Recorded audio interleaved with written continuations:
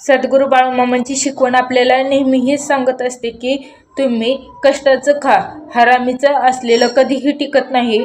ते कधी आलं आणि कधी गेलं हे कळतही नाही. दारावाटी आणि मोहरीवाटी जा अशी हरामाचे असलेल्या धनाची अवस्था असते. सद्गुरू बाळूमामांनी आपल्याला चांगला मार्ग शिकवला आहे. त्याचबरोबर सद्गुरू बाळूमामांच्या शिकवणीनुसार मी छोटासे व्यवसाय सुरू करत आहे. आपल्या सर्व माता बहिणी आणि बंधूंची मला साथ हवी आहे. तर सद्गुरू बाळूमामांच्या कृपेने कच्चा मसाला, त्याचबरोबर तांबडं तिखट जे उपवासासाठी सुद्धा चालू शकतं, आणि पापड व्यवसाय, काळं तिखट हे सुरू केलं आहे.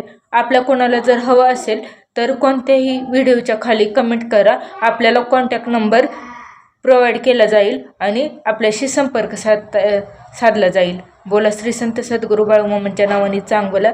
एका बहिणीला तुमच्या साथ असलेलीची खूप गरज आहे. नक्कीच बहिणीची साथ द्या. बोला जय बाळूमामा.